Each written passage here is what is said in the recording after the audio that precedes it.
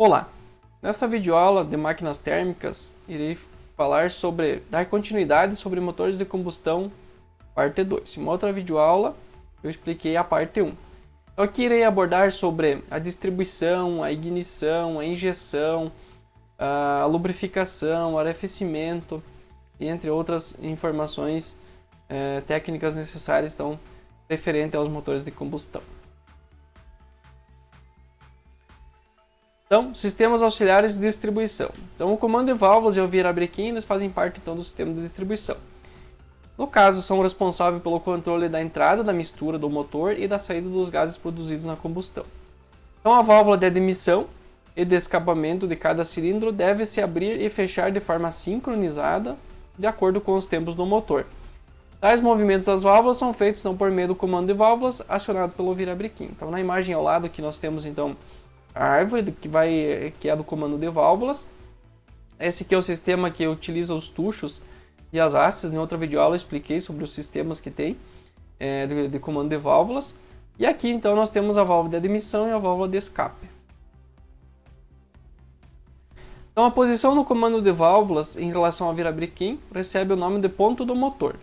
Existem diversos modos de ligação e sincronização entre o comando de válvulas e o virabrequim, conforme o tipo do veículo. Isso vai depender de acordo com o tipo do veículo. Com engrenamento direto, no caso, com corrente, com engrenagens intermediárias e com correia dentada, que é a maioria dos casos. Sistemas auxiliares, no caso, injeção de combustível. Então, atualmente os motores Otto eles são todos fabricados com sistemas de injeção eletrônica de combustível. Antigamente, até por volta de 1980, então utilizavam seus carburadores e posteriormente carburação eletrônica, mas hoje já estão abandonados, somente existem em veículos fabricados abaixo de 1980. No motor Otto, então quem comanda a ignição é a faísca, e a taxa de compressão ela é baixa, então para que o combustível não se inflame então, durante essa compressão. O combustível é injetado no sistema de admissão, junto com a válvula ou no próprio coletor, e é admitido então por sucção junto com o fluxo de ar. Logo, então, esse sistema injetor para o Otto não precisa ser de alta pressão. Essa homogeneização da mistura ela é realizada então no próprio cilindro durante então, a admissão e a compressão então, que ocorre ali no processo. Então, o sistema de alimentação do combustível ele é constituído pelo tanque, bomba de filtro, tubo, distribuidor, regulador de pressão, bico injetor, válvula, controlador de pressão, tubos para alimentação e retorno do combustível. Aqui nós temos a forma construtiva, então, dessa parte da injeção. Nós temos o tanque, o motor, a bomba de combustível. Então, bombeia, passa pelo filtro, vai até o tubo distribuidor, que vai fazer a distribuição para cada bico. E aqui, então, vai fazer a mistura com ar, no caso do ciclo Otto. E vai para a válvula de admissão, vai fazer a combustão, vai realizar o trabalho, depois vai sair pela válvula de escape. Aqui então nós temos o retorno para o tanque e nós temos então o regulador de pressão. E ainda aqui uma compensação de vácuo. A bomba de deslocamento então normalmente é posicionada nas proximidades do tanque ou no tanque. E logo após a bomba do combustível, então ele é filtrado então para reter qualquer impureza que tiver ou as partículas maiores que tiverem de impurezas então no combustível. Então, através do tubo de alimentação, então o combustível segue até o distribuidor junto ao bloco do motor. Então essa pressão ela é mantida constante, então em torno de 2 bar aproximadamente. Qualquer excesso de combustível não é utilizado na injeção e retorna para o tanque, então passando pela válvula regulador de pressão. O sistema de injeção. Então, o sistema de injeção ele pode ser com formação da mistura ar-combustível externa, indireta ou interna aos cilindros direta. No caso da injeção externa, o sistema pode ser monoponto, apenas um bico injetor para atender todos os cilindros. Ou de multipontos, um bico injetor para cada cilindro, que é a configuração dominante. Então, nós temos aqui monoponto direto, então um bico vai para todos os cilindros. Aqui multiponto, aí um bico injetor para cada cilindro e direta, né, a aplicação direta, então ali no cilindro. O bico injetor, então, ele é uma válvula, ela é controlada eletronicamente e capaz então de abrir e fechar várias vezes por segundo. O acionamento do bico injetor é feito pelo sistema de controle eletrônico. Então essa quantidade de combustível ela é fornecida ao motor e determinada pelo tempo que o injetor fica aberto. Esse tempo então é denominado largura de pulso. Então nós temos aqui o conector elétrico, a entrada de combustível, a bobina, né, vai o comando elétrico para a bobina para fazer a abertura, para fazer a liberação então do combustível. O anel de vedação, um O-ring. Nós temos aqui a haste ferromagnética, que é para fazer a movimentação, e a válvula de esfera, que vai fazer a abertura e fechamento aqui para a passagem do fluxo. O obturador na base da válvula, então, mantém o bico, né, o bocal fechado. O combustível, então, está pressurizado antes do bico. Então, essa haste do obturador fica inserida no interior de uma bobina eletromagnética, que ela é localizada, então, no topo do injetor, e vai promover, então, a abertura e fechamento do obturador. Ao mesmo tempo, uma mola que envolve a haste é comprimida. E aí o combustível pressurizado ele é expelido pelo bocal, formando uma nuvem atomizada. Isso permite uma boa mistura com ar. Então, quando a corrente elétrica ela é cortada, a mola se expande e o obturador volta a fechar o bocal. A unidade de controle eletrônica, a ECU, é um sistema microprocessado responsável então, por controlar todos os componentes então, do sistema de combustão. Então, diversos sensores eles vão enviar informações de processamento e com esses resultados de processamento ela envia sinais então, para controlar os bicos injetores, a energização dos solenoides e assim por diante. Ela não controla apenas a injeção de combustível, entre outras funções, pode ser destacada então identificação do tipo de combustível, modelo flex, controle do sistema de ignição, controle de rotação do motor, em marcha, lenta, pedal do acelerador não acionado, controle da partida, sinalização de defeitos e comunicação com microcomputadores e externos não vai fazer esse diagnóstico. Então, existem computadores, né, equipamentos que você acopla a essa unidade e aí você consegue verificar então as falhas ou o que aconteceu no sistema. Para isso ela recebe uma série de sinais do motor. Então, os principais sensores são fluxo de ar de admissão, ele vai monitorar a quantidade de ar que entra no motor, o oxigênio, né, a sonda lambda, que monitora a quantidade de oxigênio nos gases de escape, então para reajustar a quantidade de combustível que vai ser fornecida então, no sistema, né, então ela faz essa leitura e reajusta para que a quantidade certa seja fornecida. Posição da válvula borboleta, ela vai antecipar então a quantidade de combustível que deve ser fornecida ao motor, para que não ocorra, por exemplo, falta de combustível. Temperaturas do fluido do resfriamento, então vai monitorar a temperatura do motor. Pressão do coletor de admissão, quanto mais ar estiver entrando no motor, menor será então a pressão do coletor. Rotação do motor, então serve para calcular a quantidade de combustível que deve ser fornecida então para estabelecer então essa largura do pulso para que tenha essa potência necessária de acordo com a aceleração e a rotação que está sendo utilizada. Ignição de combustível Otto, ainda falando sobre o sistema de ignição. Então, motores do ciclo Otto, gasolina, etanol e GNV têm uma taxa de compressão mais baixa que os motores ciclo diesel, entre 8:1 e 15:1 no ciclo Otto e entre 15:1 e 25:1 no ciclo diesel. Então, nessa forma, então, temperaturas da mistura de ar e combustível é em torno de 400 graus no ciclo Otto e 600 graus então, no ciclo diesel. São altas temperaturas ali onde ocorre então, a mistura para poder acontecer essa combustão.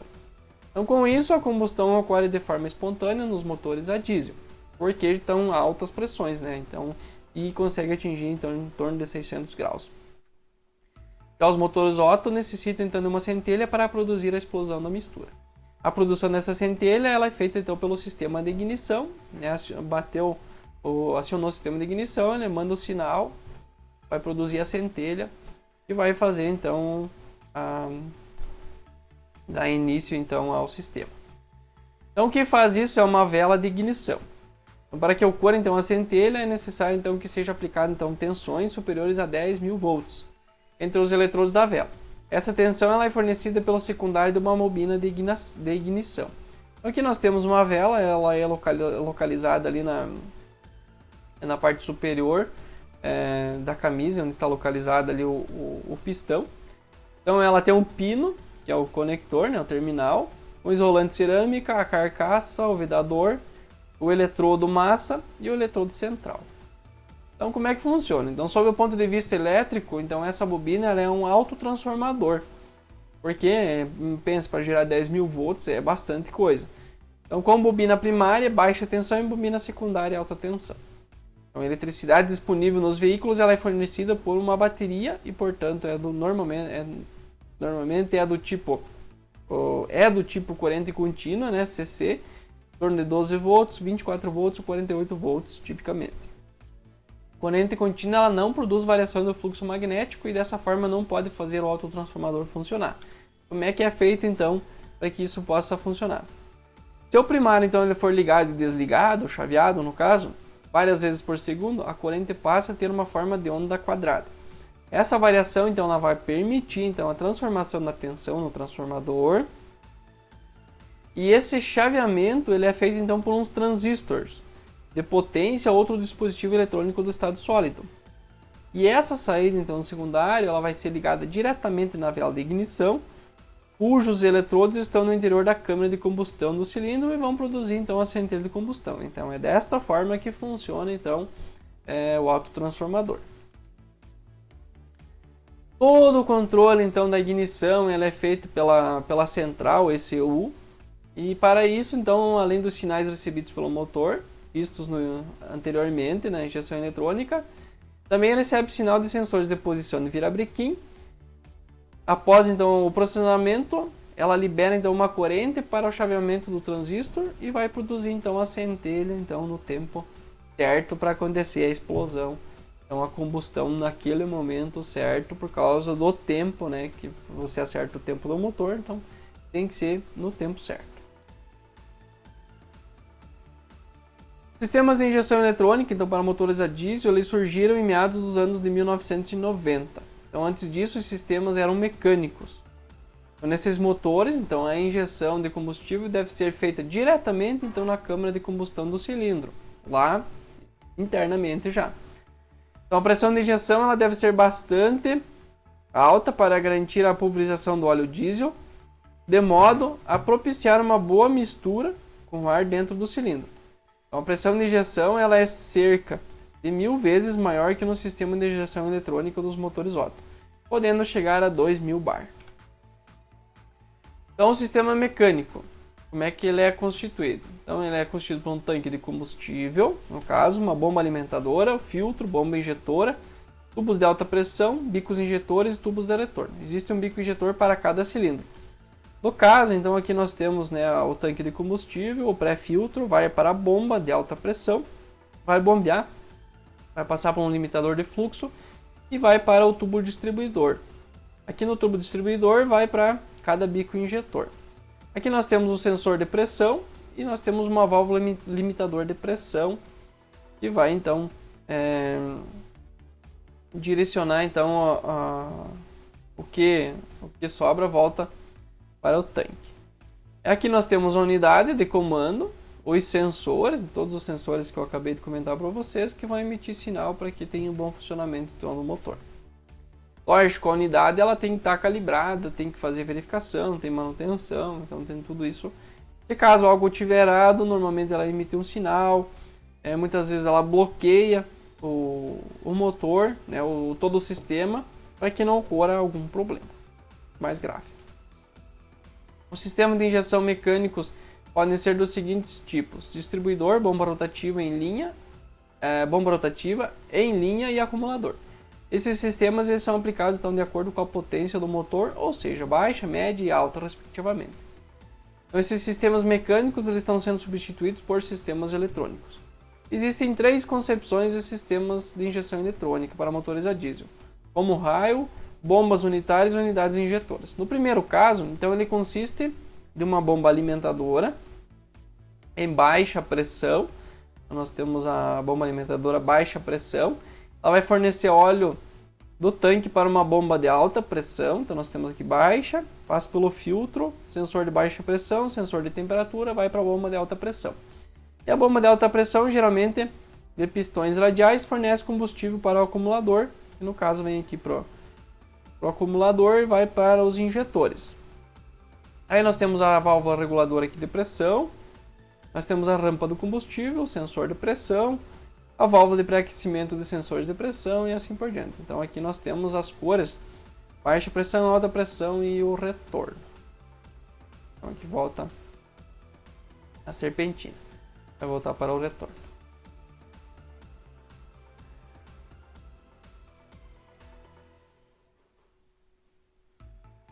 Tipicamente essa bomba é acionada então a partir do eixo de comando de válvulas na saída da bomba. Existe uma válvula que permite o retorno do excesso do combustível para o tanque e os bicos injetores são alimentados diretamente então desse acumulador. Ele conta com sensores e válvulas de pressão. No caso de pressão excessiva, a válvula se abre, então dando passagem para a linha de retorno ao tanque, para que não aconteça um rompimento ou alguma coisa no sistema, algum problema. E o injetor então ele é acionado por uma solenoide que é comandado pela unidade de controle microprocessada EDC, que a EDC é do diesel. A unidade de comando então determina a quantidade de combustível, a duração de injeção, de acordo com as condições operacionais do motor, rotação, quantidade de ar, etc. E a unidade eletrônica de controle recebe sinais então, dos seguintes sensores: posição do pedal do acelerador, que vai comandar a abertura da válvula borboleta do ar de admissão, fluxo de massa do ar, rotação do motor, temperatura do motor, sensor de temperatura de combustível, sensor de pressão da linha de alimentação, entre outras informações. Nos sistemas de bombas unitárias, cada injetor tem sua própria bomba injetora. Geralmente então, a bomba é do tipo êmbolo, sendo acionada então, por um eixo de comando. E cada bomba injetora ela é conectada ao seu respectivo bico injetor por um tubo de pressão. E nas unidades injetoras, então é muito semelhante ao anterior. Então a diferença reside no fato da bomba injetora e o bico injetor entregarem uma única unidade. Não existe tubo de alta pressão entre eles. Então eles estão conectados juntamente. Exaustão. Os gases resultantes da combustão eles são expelidos quando então o cilindro faz o seu curso de subida após a explosão. E esses gases saem pelo coletor de exaustão e seguem pelo escapamento até serem dispersados na atmosfera. Então nós temos aqui o filtro de ar, vai ter a admissão, empurrou o cilindro, o pistão para baixo, fez a movimentação, no retorno fecha a válvula de admissão, abre a válvula de exaustão e vai para o escape. Nesse curso então os gases passam pelo conversor catalítico e pelo silenciador. Então o conversor catalítico ele vai visa reduzir os poluentes lançados na atmosfera, especialmente o monóxido de carbono, que é muito prejudicial. Então nós temos aqui o controle a unidade eletrônica que tem um sensor que vai ler essa pressão. A injeção aqui, a entrada de ar, combustível, fez o trabalho, vai passar pelo catalisador e vai para o gás de escape. Lubrificação, que é outro item importante nos motores. Então, os motores possuem diversas superfícies metálicas, né? E essas superfícies elas estão em contato com outras partes. E elas utilizam então o óleo que forma um filme, né? Uma película, para fazer então essa lubrificação para diminuir esse atrito entre as peças. Então, a lubrificação é um sistema que permite a formação desse filme de óleo entre as superfícies. Por isso tem que ter o óleo adequado, a viscosidade adequada, tem que respeitar o tempo ou a quilometragem de utilização devido a essa eficiência que ele vai ter nesse filme, nessa película que ele forma entre as superfícies. Então, a função da lubrificação são as seguintes: reduzir o atrito e o desgaste das superfícies, auxiliar no arrefecimento do motor, que é a retirada do calor de atrito, proteger contra a corrosão e auxiliar a vedação das formas, especialmente entre pistão e cilindro. De uma maneira geral, né, os motores possuem um cárter, né, que é o reservatório do óleo, está localizado abaixo do motor, e uma bomba de óleo então vai fazer do tipo de deslocamento positivo, normalmente bomba de engrenagens ou bomba de pistão axiais, vai fazer a sucção então do óleo do cárter para o dispositivo de admissão. Ela é acionada então a partir do eixo virabrequim do motor, e o óleo que sai da bomba passa por um filtro para retenção tanto de materiais estranhos, e muitas vezes pode até ter, de acordo com o tempo de uso, vai acontecendo um desgaste do próprio motor. Para isso existe um bypass para controlar o filtro em caso de entupimento, se acontecer o entupimento do filtro, para que não fixeiem a lubrificação. Após a filtragem, então, o óleo segue para a galeria principal existente do bloco do motor, sendo então distribuído para o eixo de comando de válvulas e seus balancins e para o virabrequim. Então, dependendo da situação, o óleo pode ser aspergido, no caso em spray, salpicado ou injetado. A injeção então ela é feita nos mancais de deslizamento, principalmente das bielas onde tem maior esforço. Então o óleo retorna por gravidade para o cárter. O virabrequim fica imerso ao óleo e seu movimento é suficiente para promover então sua aspersão para a folga existente entre os cilindros e o pistão. Então vamos estar mergulhado, então vai fazendo a movimentação, ele já vai jogando e vai fazendo a movimentação do óleo e vai deixando submerso então nas demais partes ali dos componentes. Aqui nós temos o sistema de lubrificação, então nós temos a tampa de óleo por aqui que coloca o óleo. Aqui embaixo nós temos o cárter, nós temos o filtro da bomba, aqui nós temos o filtro de óleo, a bomba, vai bombear, vai passar pelo filtro de óleo e vai para o sistema de todas as partes de lubrificação aqui do motor. E aqui então nós temos as partes, nesse caso aqui o comando de válvula, né? Aqui o virabrequim no comando de válvula e aqui o virabrequim dos pistões. Então, como é que funciona o sistema então de lubrificação então, de um motor? Esse sistema se constitui em um circuito fechado, caracterizado pela circulação pressurizada. Então, nos motores de 2 tempos, o óleo é misturado com o combustível para fazer a lubrificação. Ele não tem um sistema específico para isso. Você coloca tantos por cento de combustível e tantos por cento de óleo. Essa mistura já vai estar ali, vai fazer normalmente utilizados em motosserras, por exemplo, que são 2 tempos, utiliza esse tipo de aplicação. Uma vez que a mistura então de ar combustível é admitida pelo espaço do virabrequim. A temperatura de operação dos motores, no caso agora falando sobre o arrefecimento, então ela precisa ser respeitada, então devido aos seus componentes mecânicos, ao atrito que tem, e devido à dilatação térmica, que acontece ali devido a alta temperatura, altas pressões, e por serem normalmente metálicos, então eles sofrem essa dilatação. Isso vai fazer que reduzindo e eliminando as folgas necessárias e causando seu desgaste prematuro se não fizer um resfriamento. Então, além disso, os motores de combustão interna são máquinas térmicas que devem operar dentro de determinadas faixas de temperatura. Então, tem que respeitar a faixa de temperatura. Por isso que tem lá num veículo, por exemplo, tem um mostrador ali da temperatura. Tem que respeitar. Se ele ultrapassar a faixa indicada é porque está com algum problema. Então o sistema de arrefecimento ele é o responsável por manter a temperatura de operação dentro da faixa recomendada. O sistema de arrefecimento ele pode ser a ar ou a água.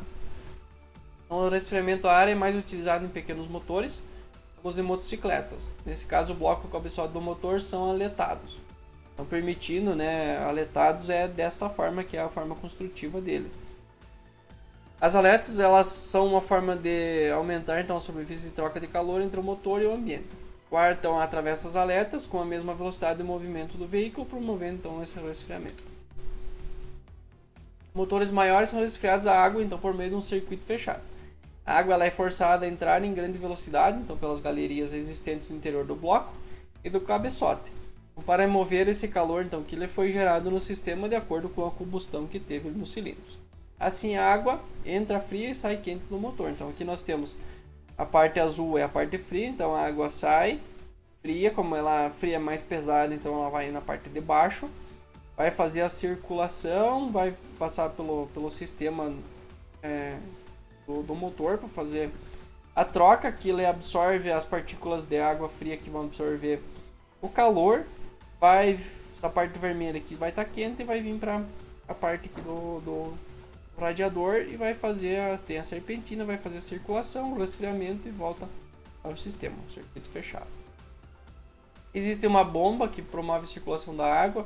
Essa bomba é acionada pelo próprio eixo do motor, então por intermédio então, de um conjunto de polias e coreias. A água quente então, que sai do motor ela é direcionada a um radiador, no caso eu acabei de explicar aqui nessa imagem anterior. A parte quente volta aqui para o radiador. E tem a função então, de diminuir então, essa temperatura mediante a rejeição do calor para o ambiente. Então o próprio ar ambiente é responsável pelo resfriamento da água por meio então, da troca térmica do radiador. Para motores estacionários, a bomba é independente e a água então é resfriada em uma torre de resfriamento. Vai fazer então o processo aqui e vai fazer o resfriamento então em um outro sistema, uma outra torre. Então a parte azul aqui é o sistema de arrefecimento então do motor.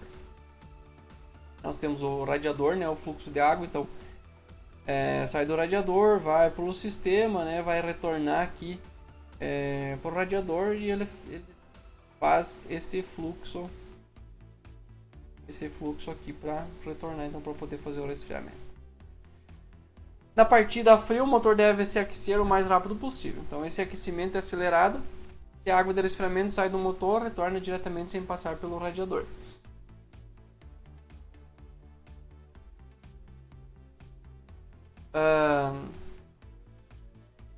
Isso significa que não existe então resfriamento enquanto o motor estiver se aquecendo.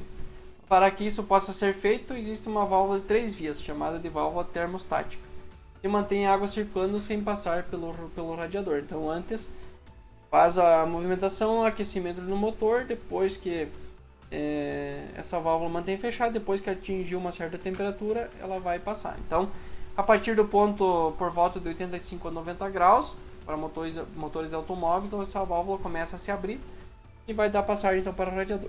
A partir de uma temperatura então de aproximadamente 100 graus, todo o fluxo de água que sai do motor é dirigido para o radiador para que possa manter então a temperatura, fazer o resfriamento e manter a temperatura recomendada de acordo com o fabricante. No caso de veículos automóveis, caminhões e ônibus, existe um eletroventilador junto a esse radiador. Se o veículo estiver se movimentando, então uma velocidade razoável, então essa própria corrente de ar ela vai fazer ela é suficiente para fazer esse resfriamento então da água.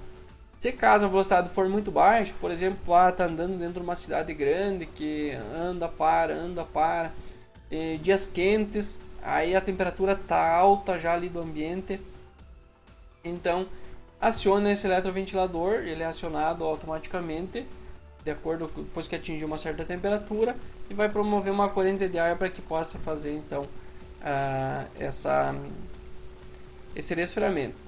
Esse eletroventilador, né, a ventoinha que o pessoal fala, que muitas vezes ainda após você desligar o veículo, ela permanece ligada até fazer o resfriamento necessário. Um dispositivo sensor de temperatura denominado interruptor térmico, ele é localizado então na saída do radiador, parte de baixo. Fornece então o sinal para ligar esse eletroventilador quando a temperatura de água estiver alta. Então, quando a temperatura baixar, ele vai ser desligado. Esse sistema ele opera como um circuito fechado, selado e pressurizado, como eu falei anteriormente. Então, a água pressurizada tem uma temperatura de vaporização maior, podendo trabalhar em temperaturas mais elevadas, o que permite maior temperatura do motor. Então, esse volume específico da água ela vai aumentar com a temperatura, aumentando a pressão do circuito fechado.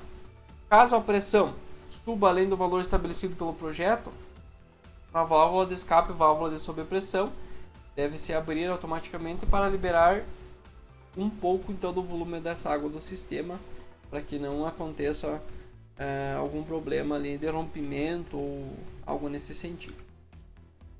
Então essa água liberada ela deve ir para um tanque de expansão. Quando a temperatura volta aos valores próximos aos da temperatura ambiente, o volume se reduz. Nesse caso, o tanque de expansão repõe água para o sistema. Então é só até ela conseguir estabilizar a temperatura. Uma válvula de recarga, válvula de sobrepressão, permite então que a água faça o caminho inverso ao do escape. Assim, o sistema sempre estará completamente cheio. Nos motores modernos, essas válvulas conhecidas como head cap ficam em um tanque de plástico. Antigamente o head cap ficava no próprio radiador. Então aqui nós temos, né, o reservatório extra, então, para poder fazer a expansão e posteriormente retornar então para o radiador. Essa mesma peça plástica, então, ela contém uma parte específica que serve como tanque de expansão e outra chamada de tanque de descarga, onde se localiza o head cap. A saída da válvula, ela é interligada ao tanque de expansão. Mangueiras vão fazer a ligação do topo do radiador ao tanque de descarga. E a alimentação então de água de reposição, ela é feita então na parte do tanque de expansão. Então é assim que funciona então quando que a água aumenta o volume devido à alta temperatura. Então vem para esse sistema, depois diminui o volume e ele retorna então para o radiador. É importante comentar então, que o fluido de resfriamento não se constitui apenas de água. Se usa então hoje uma mistura de água e um aditivo, geralmente a base de etileno glicol. Então, a finalidade do aditivo é diminuir o ponto de congelamento da pressão atmosférica e aumentar o tempo de vaporização. Outra finalidade então é diminuir o potencial de corrosão, para que não obstrua então as serpentinas do sistema, o entupimento da tubulação, enfim, porque aí é problema. Aí vai elevar a temperatura e pode dar problemas aí no motor, empenamento nos componentes e assim por diante. Uma mistura de 50% água e 50% de etileno glicol tem um ponto de congelamento reduzido de 0 graus para menos 37 graus e o ponto de ebulição passa de 100 graus para 107,7 graus Celsius sobre pressão atmosférica. Aqui está um vídeo recomendado. Eu recomendo que vocês assistam, que vocês vão ter um entendimento melhor sobre essa parte dos motores de combustão. Bom, era isso. Espero que vocês tenham entendido e até a próxima.